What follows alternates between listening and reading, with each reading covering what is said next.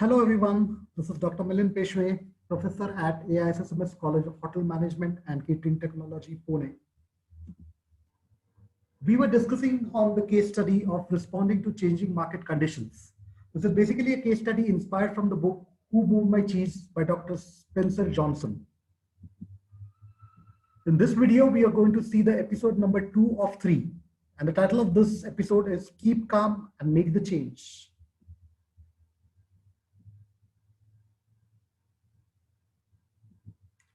Let's begin with the introduction of the case. This case study is based on the characters and storyline of the book Who Moved My Cheese, which I mentioned in episode number 1. And there are a few assumptions as below. There are two business houses, mice and men, who are dealing in the same trade in the same city. Each business house is run by two partners. So in this particular case, the concept of cheese means customers. So wherever you hear the word cheese, you can relate it to the word customers. We're going to take a recap of episode number 1, which was titled Who Moved My Customers.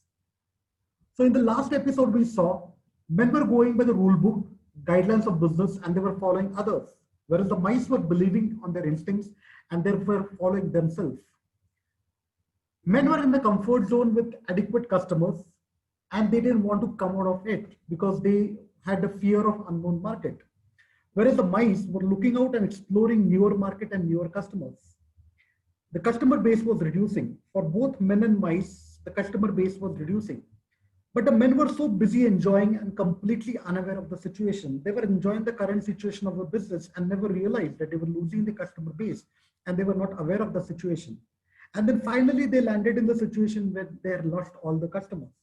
So this is where we ended our episode 1. Now here we are on episode number 2, and it is called as Keep Calm and Make the Change. What? No cheese? Who moved my cheese? It's not fair.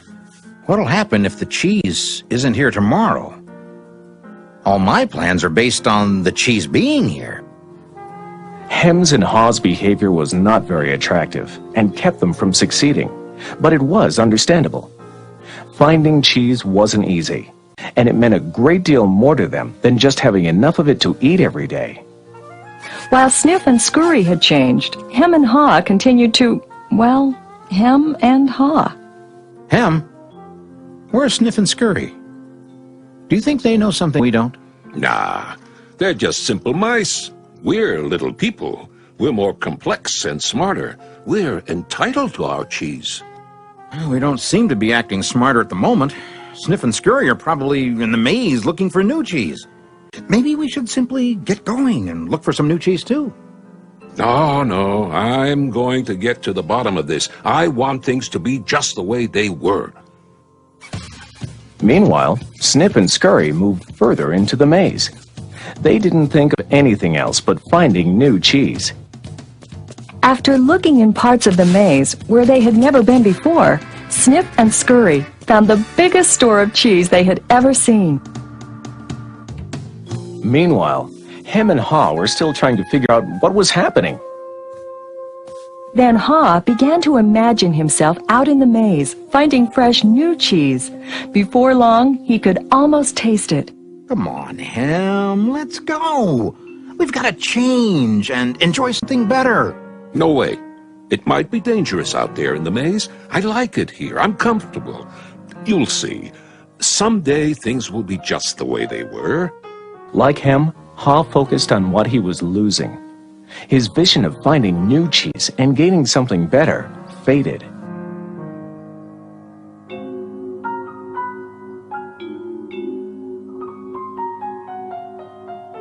So every day, Hem and Haw went from their homes to cheeseless Station C and returned home again with empty bellies, full of nothing but stress. They tried to deny the change that had happened, but found it more and more difficult. Their homes were not the nurturing places they once were. You know, if we just try harder, maybe we'll discover the cheese is still here. So Hem and Haw worked longer hours, but still they did not find their cheese. Haw was beginning to realize how hard they were working without success. Then Haw lived up to his name. Look at us. What are you laughing at? They moved our cheese and you think this is funny? Oh, Hem, we keep doing the same things over and over again, and we wonder why things don't get better. Now that's funny. Who moved my cheese? Who moved my cheese? Hem, it's time for us to find something better. You're not really going out into the maze again, are you? Why don't we just wait here until they put the cheese back? They're never going to put the cheese back. That was yesterday's cheese. It's time for us to find some new cheese. Now, where did we put our running shoes? What if there's no cheese out there? Or what if you can't find it? Or Well, I don't know, Hem. But imagine how much we would enjoy some new cheese. No, I don't want to go into the maze. Well, I don't either. But let's face it. If we don't change, we could become extinct. Extinct? Who moved my cheese?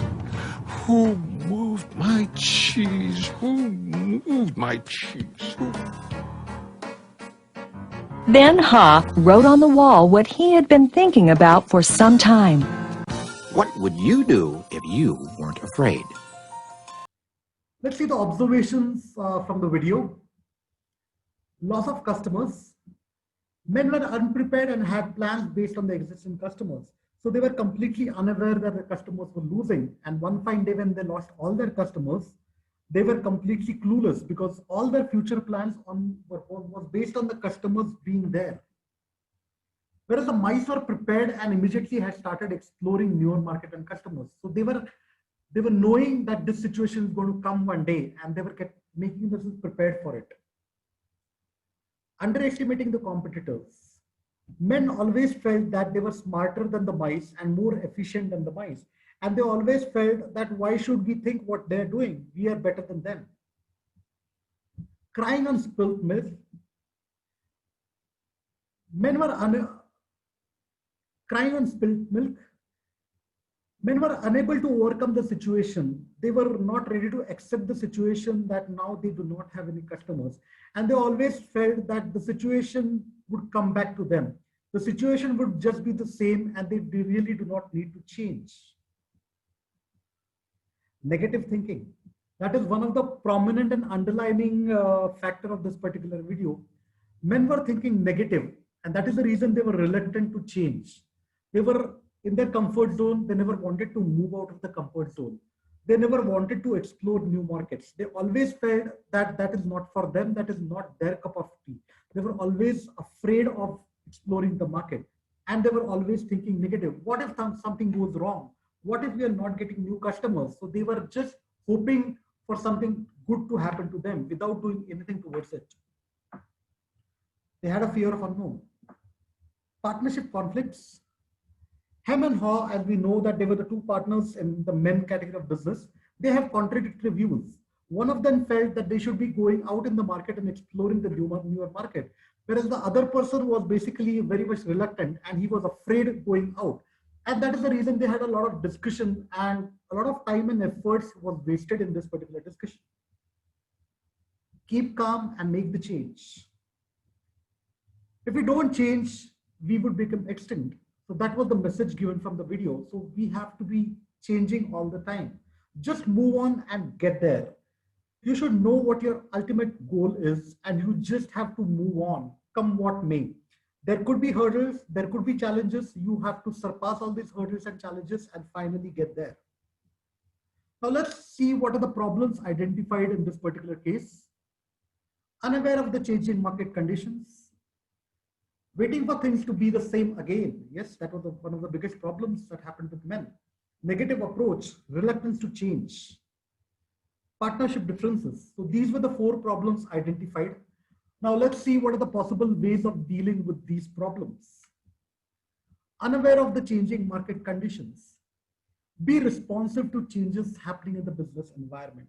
You have to continuously keep your eyes and ears open. You have to look what changes are happening in the external world. A lot of these changes are beyond your control, but you can be responsive to these particular changes. If something goes wrong in the external environment, that has to be replicated in your business. You have to make minor modifications in your business model so that you adapt that particular change. Be prepared for the foreseen circumstances. You have to foresee a certain circumstances and you have to be prepared for it. Your plan B should always be ready. Your contingency plan should always be ready if something goes wrong in future. So you have to do that. It wasn't an accident. It was just that you were not aware.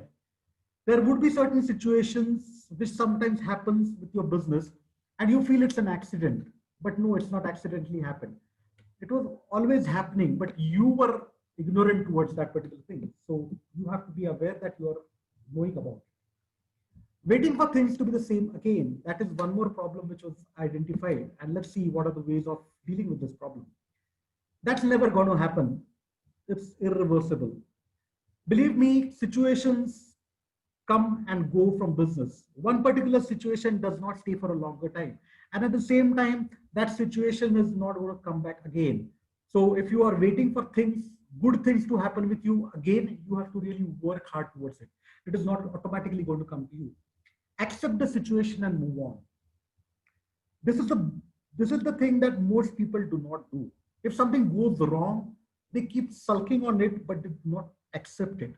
Accept that something challenging has happened and you have to move on.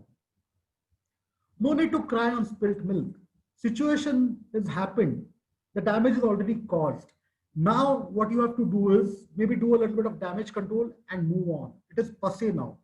Do not cry on spilt milk. Ensure that you are more careful in future.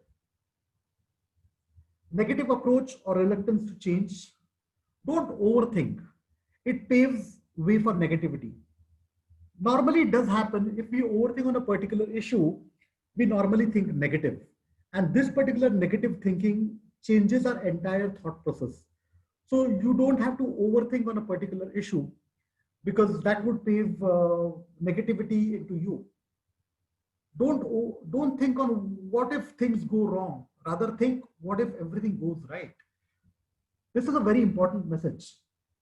When we think about implementing a particular decision in the future, we always think more on what if it goes wrong. But go with the thought process that if everything falls in place and everything happens good, it would be such a wonderful thing. So always have a positive approach. Partnership differences. We saw in this particular video that two partners, Hem and Haw, were not able to come to a decision whether to go and explore new markets or just keep sulking in the current situation.